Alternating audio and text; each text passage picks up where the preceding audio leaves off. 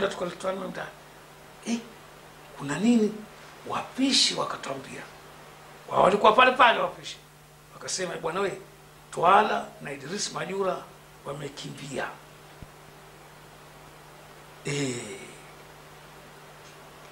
Mimi nikamwambia mzee baba, nikamwambia unajua hii serikali ya Fushirazi, hawa watu nilikuwa nao sana mirafiki, tukizungumza pamoja, tukila pamoja, huenda wakaja kanichukua na mia. Akaniambia kwani wakuchukue wewe? Akaniambia sijui, lakini nafikiri hivyo. Tukakaa mpaka tumesali magharibi, ndani ukafunguliwa mlango. Akaja kijana sergeant anaitwa Baisha Wahab Shalab. Huyu anakuwa ni katika wajukuu wa mzee Shalab wetu alikuwa vice president wa chama. Huyu ni mhizbu mkubwa, lakini huyu alikuwa askari wa jela, na kitu kilichonusuru wakati ule waliwachishwa kazi watu wote wa polisi, jela, na yeye alikuwa mmoja katika waliowachishwa. Lakini huyu kaoa mkewe ni ndugu yake Karume, mke wa Karume, Fatma Karume, na mke yeye ni ndugu hawa. Basi hili lilinusuru, akatolewa jela na akarejeshwa kazini. Yeye akaja kafungua mlango. Kwa hakika ni mwenzetu sana, lakini hana la kufanya, ndoko kazini. Akaniita, Amani, chukua virago vyako, toka. Nikakunja kirago changu, nikatoka nje. Jamaa wote wale, siku ilikuwa siku ya msituo ile, kila mmoja akawa hofu mwingia. Kutoka nje nikakuta askari wawili wa kipolisi. Tukafuatana pamoja mpaka gate kubwa nje. Kutoka nje pale nikamkuta superintendent wa jela wakati huo akiitwa kijana Kindi, akiitwa Hassan Ali. Huyu akikaa majestic pale nyuma, babake akiuza tende hii ya kula chakula, sio tende ulevi. Ndio alikuwa na duka la tende. Hassan Ali akiitwa, ndio superintendent. Yeye ana bastola mkono na maaskari wale. Nikatoka katika gari la waya, ile gari la waya yote nikatiwa ndani, bila kwamba kitu chochote, moja kwa moja mpaka gereza kuu Kinwa Miguu. Kuteremshwa, nikapelekwa katika condemned cell, chumba wanachowekwa watu wenye karibu kunyongwa. Nikapelekwa katika chumba hicho usiku, ishakuwa usiku tena, nikapelekwa katika chumba hicho. Kule nikamkuta askari kijana wa Makunduchi, mtoto mdogo, kijana kidogo.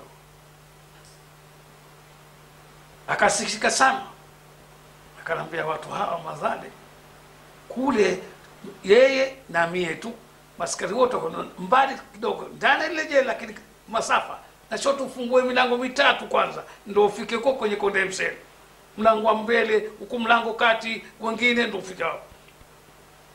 Akanambia Mwenyezi Mungu inshallah atajalia asiwapate Twala, asipatikane Twala na Idris. Nikasajabu sana kwa huyu askari jela anaambia hivi, au anatafuta chochote na mimi sema mimi kana hofu. Ambia Twala kasomesha katika teaching practice, walipokuwa walimu anakwenda kusomesha bado hajamaliza, walikuwa wanapelekwa sasa, kasomesha mtu barabara sana na hivi watu madhalima. Kaona hiyo sikukaa sana pale, mara wakaja sergeant mmoja na maaskari watatu wa jela, wakanitoa wakanitia pingu usiku. Mara natolewa nje ya mlango wa jela kwa miguu, gari hapana. Saa hizo tena jela ameshakuwa taabani, gari leo inakwenda kesho haendi. Ndio mambo yalivyokuwa. Mara nyingi watolewa wafungwa baada ya kupanda gari kama rubni, ikabidi kwenda kwa miguu. askari hawachunge gari mbovu. Basi na siku hiyo ilikuwa gari imeshakuwa mbovu, nikacholewa pale, napelekwa. Mimi nikacheka, Besaji nakaambia, kinakuchekesha nini? Nikaambia nacheka kuona manake nyie watatu mna bunduki, mimi nitafanya nini? Hata mbili lazima nitie pingu, mkinikamata mkono tu hivi siwezi kufanya kitu. Basi kwa nini lazima toe pingu? Maana unatoa wajinga sio? Nikamwambia basi kwa nini wajinga, lakini basi tu haya twende. Tukaenda zetu, ndio siku hiyo nilopelekwa leo. Basi na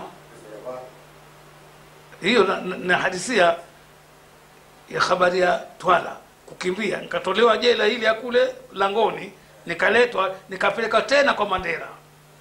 Nikapeleka tena kwa Mandela. Mandela akanambia, Amani, wewe ulikuwepo jela hii na unaijua sana ile mateso yalikuwa muhimu, unayajua. Unajua kwa nini mwaletwa? Nikamwambia sijui. Akanambia kwa sababu Twala na Majura wamekimbia gerezani, na wewe mmoja katika rafiki zako sana, mnasikizana sana, kila wakati mnakuwa pamoja. Kwa hivyo unatakiwa utwambie wapi walipokwenda. Lazima wewe utakuwa unajua kwa namna mlipokuwa mmekaa pamoja.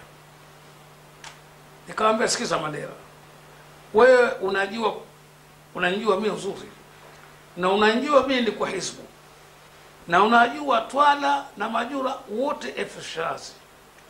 Wewe unafikiri wakiwa na siri kubwa kama hii watatambia mtu kama mimi? Manake mimi mbali na wao kusikizana kwetu jela tu, tumekaa jela tusikizana kweli, lakini siri kama hii wao hawanambii, na nikiwa nao mimi siwaambii wao, siwaamini ati, na wao hanaamini.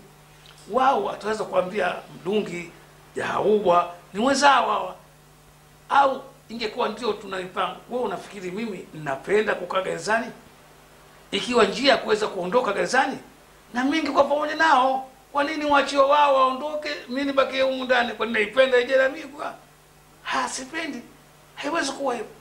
Sasa nazungumza naye vile, mara amekuja mlinzi wa mle ndani akamnongoneza Mandela, akamnongoneza sikini, naambia, akamwambia vema basi mchukue kamweke ndani. Nikachukuliwa mimi nikawekwa ndani, sijui kitu gani wakati